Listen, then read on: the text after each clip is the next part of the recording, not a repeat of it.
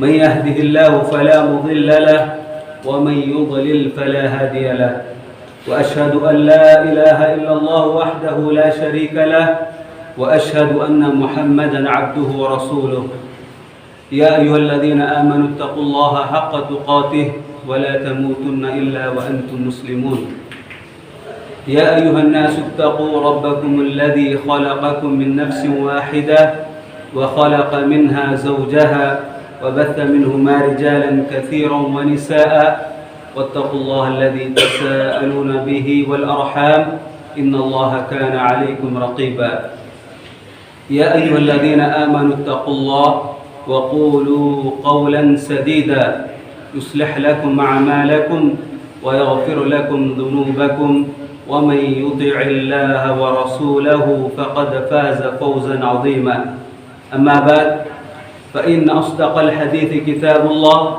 وخير الهدي هدي محمد صلى الله عليه وسلم وشر الأمور محدثاتها وكل محدثة بدعة وكل بدعة ضلالة وكل ضلالة في النار قال الله تبارك وتعالى في محكم تنزيله أعوذ بالله من الشيطان الرجيم من همزه ونفخه ونفسه بسم الله الرحمن الرحيم قل إن صلاتي ونسكي ومحياي ومماتي لله رب العالمين لا شريك له وبذلك أمرت وأنا أول المسلمين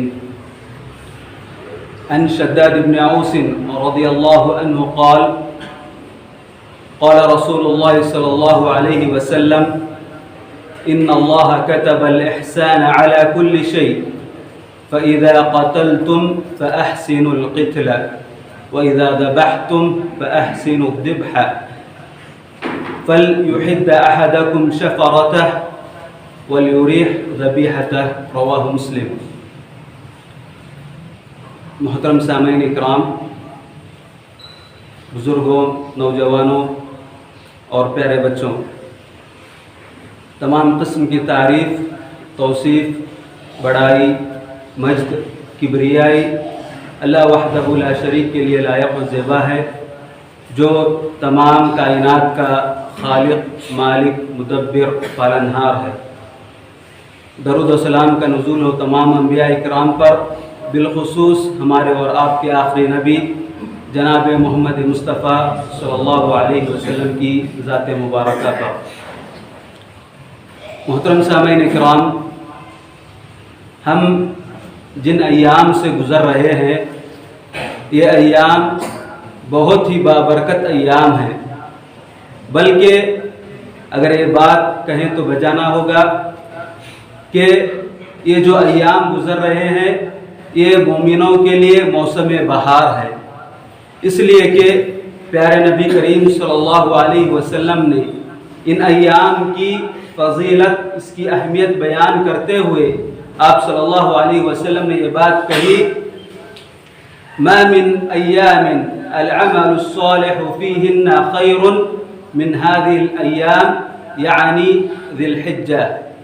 آپ صلی اللہ علیہ وسلم نے کہا کہ اس دنیا میں، دوسری حدیث میں آپ صلی اللہ علیہ وسلم نے کہا افضل ایام الدنیا ایام العشر، کہ دنیا کے جتنے بھی ایام ہیں، سال بھر میں جو ایام آتے ہیں، ان ایام میں سب سے افضل، سب سے بہتر اور اجر کے اعتبار سے سب سے اچھے ایام اگر کوئی ایام ہے، کوئی دن ہے تو وہ عشرہ ذی الحجہ کے 10 دن ہیں۔ آپ صلی اللہ علیہ وسلم سے صحابہ نے پوچھا، قالوا یا رسول اللہ ولا الجہاد فی سبیل اللہ، اے اللہ کے رسول، کیا اگر کوئی انسان ذی الحجہ کے علاوہ دوسرے دنوں میں اللہ کے راستے میں جہاد کے لیے نکلتا ہے تو کیا یہ جہاد بھی ان اعمال کا بدیل نہیں ہو سکتا، ان کی مساوی نہیں ہو سکتا جو عمل ہم ایام ذی الحجہ میں کرتے ہیں؟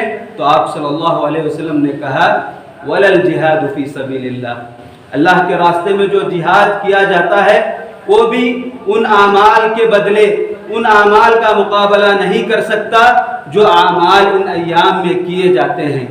آپ صلی اللہ علیہ وسلم نے یہ بات ضرور کہی الا رجل خرج من ماله ونفسه فلم يرجع منهم احد.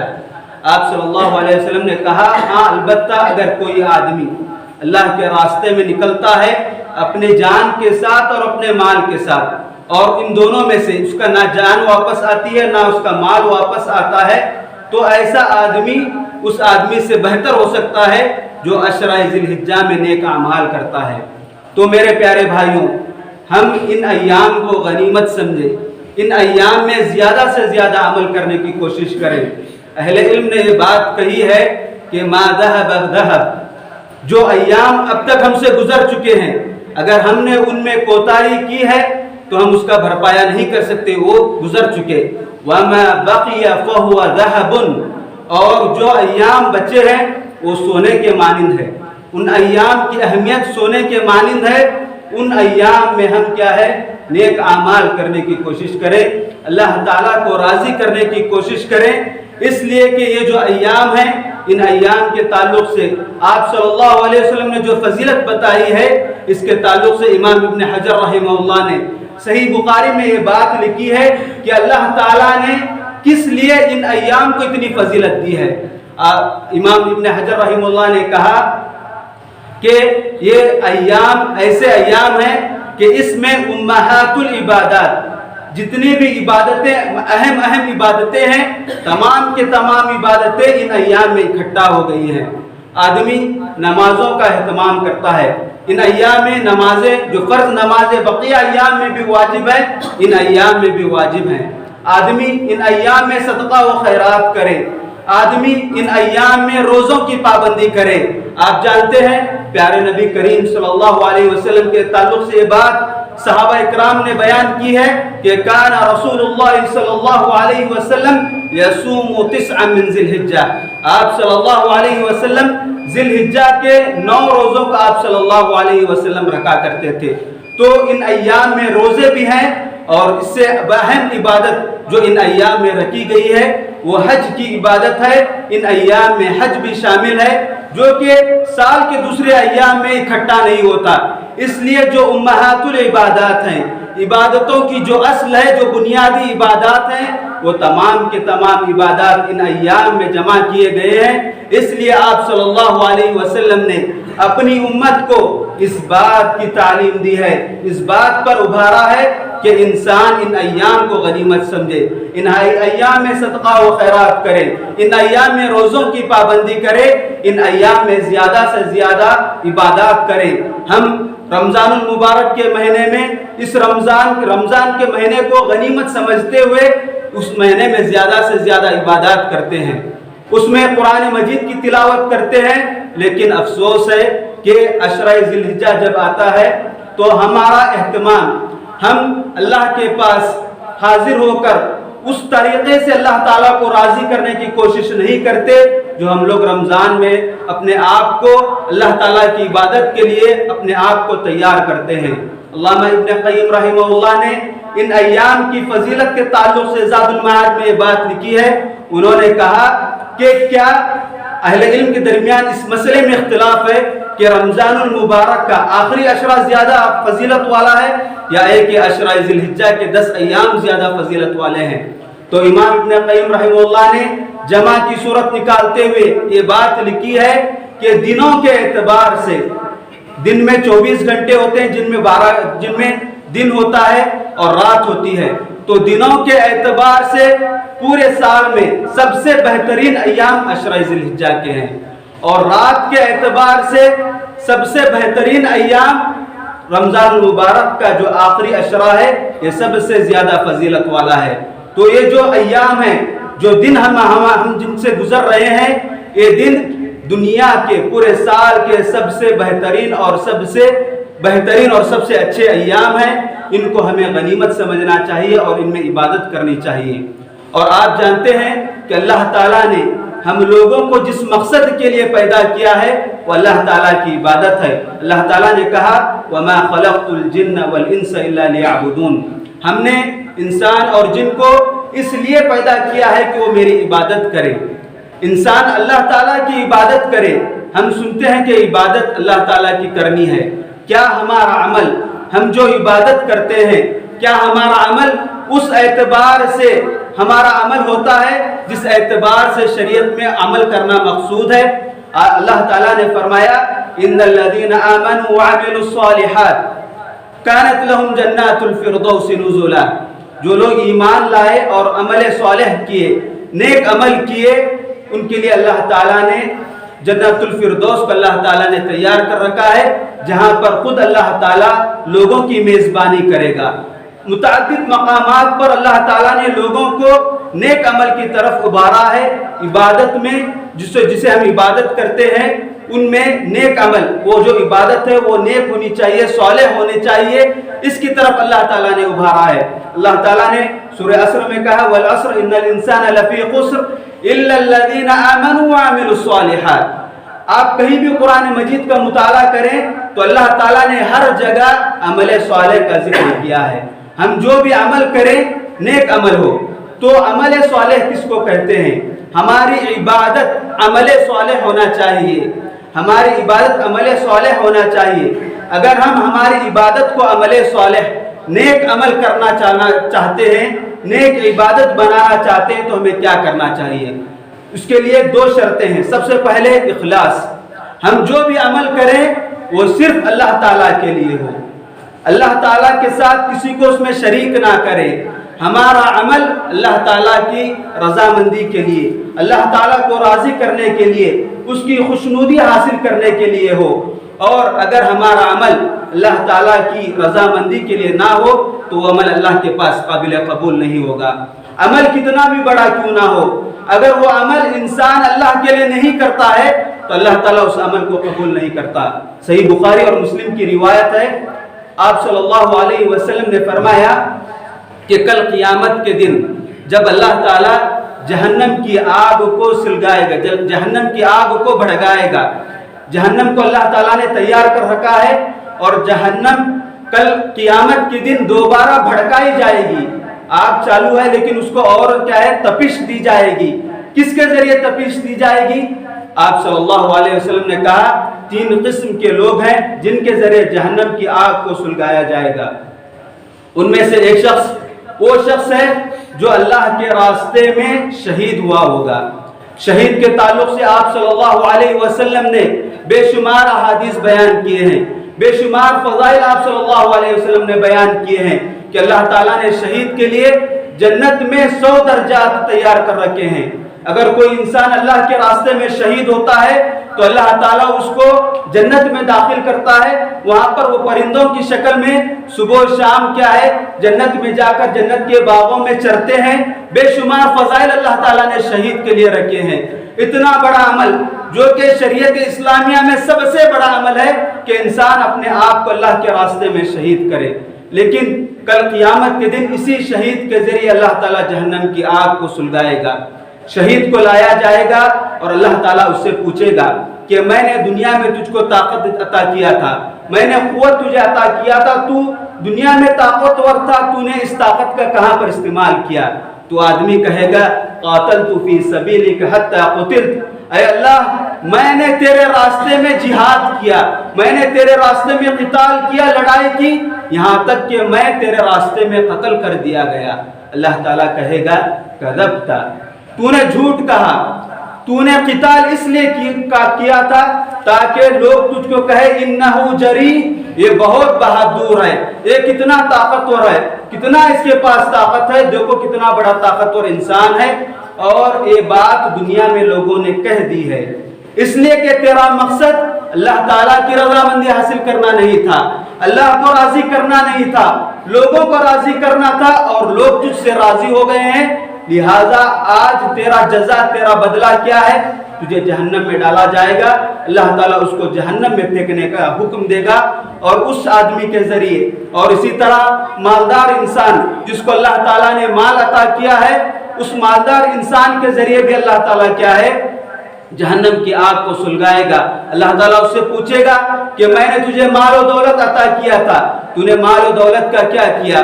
وہ کہے گا اے اللہ میں نے تیرے مال کو جو تو نے مجھے عطا کیا تھا، میں نے تیرے راستے کے لیے اسے نکھاور کر رکھا تھا، میں نے تیرے راستے میں اسے صرف کر دیا، خرچ کر دیا، تو اللہ تعالیٰ کہے گا کذبت، تو نے جھوٹ کہا، تو نے اس لیے اپنے مال کو لوگوں کے لیے عطا کیا تاکہ لوگ تجھے کہیں کہ تو بہت بڑا سخی انسان ہے، تو بہت بڑا سخی انسان ہے، اور لوگوں نے تجھے یہ کہہ دیا، اور تیرا بدلہ آج کیا ہے؟ جہنم ہے، تجھے جہنم میں پھینکا جائے گا۔ اسی طرح تیسرا شخص عالم دین ہوگا، جسے دین کا علم ہوگا، اور اس نے دین کا علم اس لیے حاصل کیا تھا کہ لوگ اس کو بہت بڑا عالم کہیں، کتنا علم ہے، ماشاءاللہ کیسے خطیب ہیں، کتنا علم مولوی صاحب کے پاس ہے، لوگ یہ بات کہیں تو وہ لوگوں کی واہواہی حاصل کرنے کے لیے علم حاصل کیا ہوگا، اور لوگوں نے اسے وہ بات کہہ دی، لہٰذا آج تیرا ٹھکانہ جہنم ہے۔ ان تین لوگوں کے ذریعے، ان تین قسموں کے لوگوں کے ذریعے اللہ تعالیٰ جہنم کی آگ کو سلگائے گا۔ آپ غور کریں کتنا بڑا عمل ہے، لیکن اللہ تعالیٰ نے اس عمل کو اللہ تعالیٰ نے رائگاں کر دیا۔ امام ابن مبارک رحمہ اللہ یہ بات کہا کرتے تھے، رب عمل صغیر تکبرہ النیہ ورب عمل کبیر تصغرہ النیہ۔ بعض اعمال ایسے ہیں جو دیکھنے میں بہت چھوٹے ہوں گے، لیکن نیت کی وجہ سے، انسان کی نیت کی وجہ سے وہ عمل کیا ہے؟ بہت بڑا ہو جائے گا۔ اور بعض اعمال بہت بڑے ہوں گے دیکھنے کے اعتبار سے، لیکن انسان کی نیت کی وجہ سے وہ عمل بہت چھوٹا ہو جائے گا۔ مثال کے طور پر آپ صلی اللہ علیہ وسلم نے کہا کہ ایک انسان اگر اللہ کے راستے میں خوش دلی کے ساتھ اللہ کو راضی کرنے کے لیے ایک کھجور بھی اللہ تعالیٰ کے راستے میں صدقہ کرتا ہے تو اللہ تعالیٰ اس کھجور کو قبول کرتا ہے، اور کل قیامت کے دن اللہ تعالیٰ اس ایک کھجور کے بدلے اللہ تعالیٰ اس کو کھجور کا پہاڑ اللہ تعالیٰ عطا کرتا ہے، اس کی نیک نیتی کی وجہ سے۔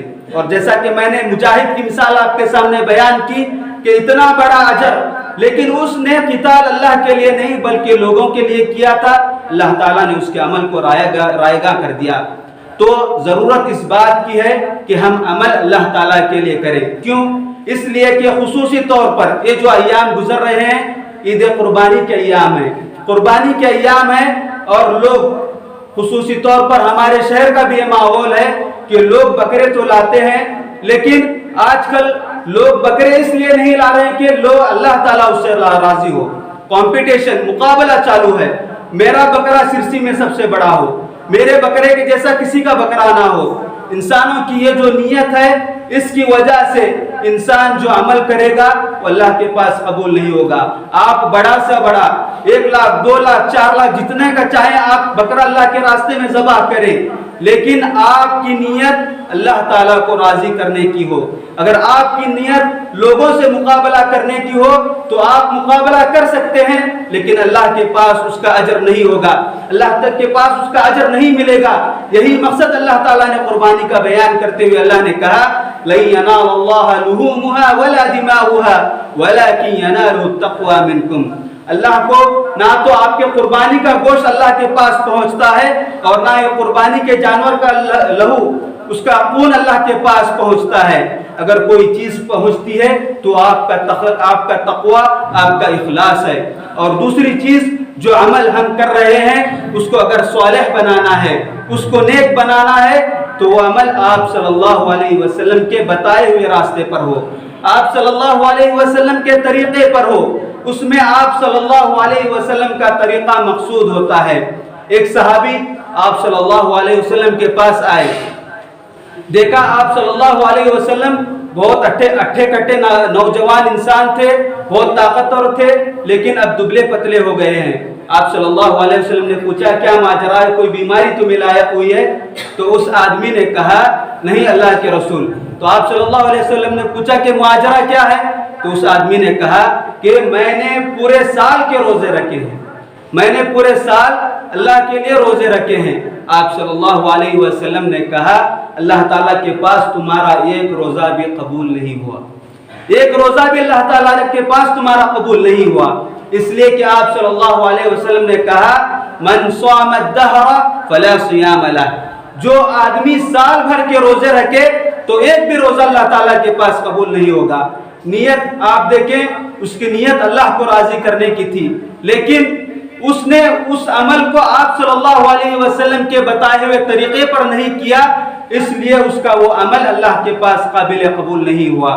تو اگر ہم چاہتے ہیں کہ ہمارا عمل نیک ہو، عمل صالح ہو اور وہ اللہ تعالیٰ کے پاس قابل قبول ہو، تو ہمیں ضرورت اس بات کی ہے کہ ہم اس عمل کو اللہ تعالیٰ کی رضامندی کے لیے کریں اور اس عمل کو آپ صلی اللہ علیہ وسلم کے بتائے ہوئے طریقے پر کریں۔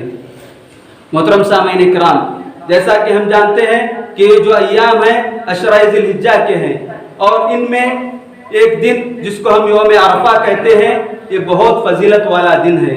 اس دن کے تعلق سے آپ صلی اللہ علیہ وسلم نے خصوصی طور پر صحابہ کو روزہ رکھنے کی تلقین کی ہے، اور آپ صلی اللہ علیہ وسلم نے یہ بات کہی کہ صیام یوم عرفہ احتسب علی اللہ ان یکفر السنۃ التي قبلها والسنۃ التي بعدها۔ امام مسلم رحمہ اللہ نے اس حدیث کو بیان کیا ہے کہ جو آدمی عرفے کا روزہ رکھتا ہے، اللہ تعالیٰ عرفے کے دن کے روزے کے بدلے اس کے 2 سال کے گناہوں کو اللہ تعالیٰ معاف کرتا ہے۔ پچھلے سال کے اور آئندہ سال کے جو گناہ انسان سے ہوئے ہیں، ان گناہوں کو اللہ تعالیٰ معاف کرتا ہے۔ تو ہم لوگوں کو چاہیے کہ ہم خصوصی طور پر، جیسا کہ میں نے آپ کو بتایا، ان ایام میں تمام نیک اعمال کو کرنے کی کوشش کرنا چاہیے، اور خصوصی طور پر عرفے کا روزے کا اہتمام کریں۔ اگر ہم ان ایام میں روزہ نہیں رکھ سکتے دوسرے ایام میں، تو کم از کم عرفے کے روزے کو رکھنے کی کوشش کرنی چاہیے۔ اسی طرح اس ایام میں چونکہ ابھی عید کے ایام آنے والے ہیں، تو قربانی کے بعض مسائل جو آپ صلی اللہ علیہ وسلم سے ثابت ہے، ان کو بھی ہمیں جاننا ضروری ہے۔ سب سے پہلی بات، انسان جس جانور کی قربانی دیتا ہے وہ دیکھے کہ وہ جانور اچھا ہو، ہٹا کھٹا ہو، اور وہ جانور کیا ہے، موٹا ہو یا تازہ ہو۔ اس لیے کہ آپ صلی اللہ علیہ وسلم ایسے بکرے کو زیادہ پسند کیا کرتے تھے، اور ایسے بکرے کی آپ صلی اللہ علیہ وسلم قربانی کیا کرتے تھے۔ آپ صلی اللہ علیہ وسلم کے پاس اتیا بکبشن، آپ صلی اللہ علیہ وسلم کے پاس ایک مینڈے کو لایا گیا جو سینگ والا تھا، اور آپ صلی اللہ علیہ وسلم نے اس جانور کو ذبح کیا، اور وہ بہت فرولا تھا، جو کہ بہت زیادہ موٹا اور تازہ تھا۔ تو ایسے جانور کا انتخاب کرنا زیادہ بہتر ہے۔ اسی طرح قربانی جو انسان کرتا ہے، اس قربانی کو عید کی نماز کے بعد کرنا چاہیے۔ اگر کوئی انسانی عید کی نماز سے قبل اپنے جانور کو ذبح کرتا ہے، تو یہ جانور اللہ کے پاس قابل قبول نہیں ہوگا، اور اس کی قربانی اللہ کے پاس مقبول نہیں ہوگی۔ آپ صلی اللہ علیہ وسلم نے کہا کہ جس انسان نے عید کی نماز سے پہلے قربانی دی، وہ یہ کیا ہے، صدقۃ من الصدقہ، صدقے میں سے ایک عام صدقہ ہے، اور جو آدمی عید کی نماز کے بعد قربانی کرے گا، فَهِيَ نُسُكٌ مَقْبُولَةٌ، یہ کیا ہے، قربانی ہے جو اللہ کے پاس قابل قبول ہوگی۔ اسی طرح افضل دن قربانی کے لیے یوم النحر ہے۔ قربانی کا دن جو 10 ذی الحجہ ہے، اس دن انسان کو کوشش کرنا چاہیے کہ وہ یوم النحر کو، یہ قربانی کے دن 10ویں ذی الحجہ کو قربانی کرنے کی کوشش کرے۔ اگر 10 ذی الحجہ کو نہیں کر سکتا، تو اس کے بعد بھی جو ایام ہے جن کو ایام تشریق کہا جاتا ہے، ان ایام میں بھی انسان قربانی کر سکتا ہے، جس کا آخری وقت 13 ذی الحجہ کو سورج غروب ہونے سے پہلے تک ہے۔ لہذا 4 دن قربانی کے ہیں، یوم النحر 10 ذی الحجہ، 11 ذی الحجہ، 12 ذی الحجہ اور 13 ذی الحجہ۔ 13 ذی الحجہ کے سورج غروب ہونے تک انسان قربانی کو کر سکتا ہے، اور کیا ہے، اللہ کے راستے میں جانور کو ذبح کر سکتا ہے۔ اسی طرح قربانی جو ہم لوگ کرتے ہیں، انسان کو چاہیے کہ وہ اپنے جانور کی قربانی خود اپنے ہاتھوں سے کرے، یہ زیادہ افضل ہے۔ آپ صلی اللہ علیہ وسلم اپنے جانور کی قربانی خود اپنے ہاتھوں سے کیا کرتے تھے۔ اگر کوئی انسان قربانی کر سکتا ہے تو چاہیے کہ وہ بذات خود اپنے جانور کو ذبح کرے، کسی دوسرے انسان کو بلا کر ذبح کرنے سے بہتر ہے کہ وہ خود اس جانور کی قربانی کرے۔ ہاں اگر نہیں کر سکتا تو کوئی دوسرا انسان بھی اس کی قربانی کر سکتا ہے۔ لہذا قربانی کرنے کے بعض آداب ہیں۔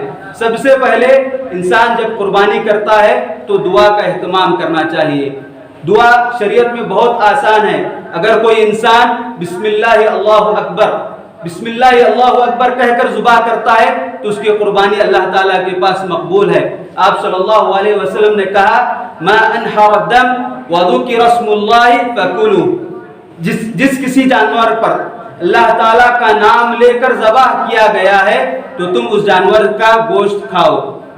اور دوسری شرط یہ ہے دعا کی بات میں یہ بات بھی ہے کہ اگر کوئی انسان جو دعا مسنون ہے اس کو پڑھتا ہے تو افضل ہے، لیکن قربانی کے لیے اگر کوئی انسان اس کو دعا یاد نہیں ہے، پوری مکمل دعا یاد نہیں ہے، بسم اللہ اللہ اکبر کہہ کر قربانی کرتا ہے تو اس کی قربانی اللہ کے پاس قبول ہے۔ اور یہ بھی ساتھ میں کہے کہ یہ قربانی کس کی طرف سے ہے، اللہم ھذا، جیسا کہ آپ صلی اللہ علیہ وسلم کہا کرتے تھے اللہم ھذا منی و اللہم تقبل منی وعن امتی محمد وان لم یضحی عن امتی محمد، اے اللہ یہ قربانی محمد کی جانب سے ہے، محمد کے گھر والوں کی جانب سے ہے، اور جو محمد کے امت میں جن لوگوں نے قربانی نہیں کی ہے ان کے جانب سے ہے۔ لہذا کوئی انسان جس کا نام مثال کے طور پر عبداللہ ہے تو وہ کہے اللہم تقبل من عبداللہ، اور یہ کہ اگر وہ بذات خود ذبح کر رہا ہے تو کہے کہ اللہم تقبل منی، اے اللہ اس جانور کو میری جانب سے قبول فرما، واہلی بیتی، اور میرے گھر والوں کی جانب سے۔ تو دعا کا سب سے پہلے اہتمام کرنا چاہیے۔ دوسری بات، چاقو جس کے ذریعے انسان ذبح کر رہا ہے اس کو تیز کرے، ایسا نہ ہو کہ انسان بکرے کو لائے، بکرے کو لٹا دیا، چاقو لے کر ابھی قربانی کر رہا ہے، جانور کو ذبح کر رہا ہے، چاقو نہیں لگ رہی ہے اور جانور کو تکلیف دے رہے ہیں، ایسا نہیں ہونا چاہیے۔ آپ صلی اللہ علیہ وسلم نے کہا ان اللہ کتب الاحسان علی کل شیء، اللہ تعالیٰ نے احسان کو ہر چیز پر اللہ تعالیٰ نے واجب قرار دیا ہے۔ فَإِذَا قَتَلْتُمْ فَأَحْسِنُوا الْقِتْلَ، اگر کسی کا قتل کرنا واجب ہو گیا ہے تو اس کا قتل بھی احسن طریقے سے، بھلے طریقے سے کرو۔ وَإِذَا ذَبَحْتُمْ فَأَحْسِنُوا الذِّبْحَ، اور جب تم ذبح کرو تو اچھی طریقے سے ذبح کرو۔ وَلْيُحِدَّ أَحَدَكُمْ شَفَرَتَهُ، اگر ذبح کر رہے ہو تو ذبح کرنے سے پہلے چاقو کو کیا ہے تیز کر لو، اس کو دھاری دار کر لو، اور اپنے جو ذبیحہ ہے، جو جانور ہے، اس کو راحت دو، ایسا نہ ہو کہ اس کو آپ تکلیف دے رہے ہو، تو چاقو کو بھی تیز کرنا چاہیے۔ اسی طرح قربانی جب آپ کر رہے ہیں تو جانور کو قبلہ رو کر کے، قبلے کی جانب کر آپ اپنے جانور کو ذبح کریں، یہ مسنون ہے، یہ زیادہ بہتر ہے۔ اگر کوئی انسان بھول گیا، قبلے کی جانب نہیں کیا تو اس کی قربانی بھی مقبول ہے، یہ واجب نہیں ہے، مسنون ہے، سنت ہے کہ قبلے کی جانب انسان اپنے جانور کو قبلہ رخ کر اس کی قربانی کرے۔ آخری بات، ایک مسئلہ آتا ہے کہ کیا عورت جانور کی قربانی کر سکتی ہے؟ کوئی عورت چاہتی ہے کہ وہ اپنے گھر کی قربانی کرے تو کیا وہ عورت قربانی کر سکتی ہے؟ ہاں، عورت بھی کیا ہے قربانی کر سکتی ہے۔ صحیح بخاری کی روایت ہے، ایک عورت آپ صلی اللہ علیہ وسلم کے پاس آئی اور کہنے لگی اے اللہ کے رسول، میرے جو جانور ہے میں ان کو جانوروں کو لے کر چرانے کے لیے چراگاہ میں گئی تھی، اچانک ایک جانور کیا ہے مرنے لگا، مرنے کے قریب تھا، تو میں نے اس جانور کو ذبح کر دیا، کیا میں اس جانور کو کھا سکتی ہوں اور میرے گھر والے کھا سکتے ہیں؟ تو آپ صلی اللہ علیہ وسلم نے کہا کلوا منہ، تم کیا ہے اس جانور سے کھا سکتے ہو۔ تو اگر کوئی عورت چاہتی ہے کہ وہ بھی کیا ہے قربانی کرے، اپنے ہاتھوں سے کرے، تو وہ کر سکتی ہے۔ یہ بعض مسائل ہیں جو قربانی کے تعلق سے تھے۔ آخر میں اللہ تعالیٰ سے دعا ہے کہ اللہ تعالیٰ ہم تمام کو کہی باتوں پر عمل کرنے کی توفیق عطا فرما، اور ہم تمام کو ہماری جو عبادت ہے وہ خالص اللہ تعالیٰ کے لیے کرنے کی توفیق عطا فرما، اور اللہ کے رضامندی کو حاصل کرنے کے لیے ہمارے اس عبادت کو کرنے کی ہمیں توفیق عطا فرما۔ اقول قولی ھذا واستغفر اللہ لی ولکم ولسائر المسلمین من کل ذنب وخطیئہ فاستغفروا انہ هو الغفور الرحیم۔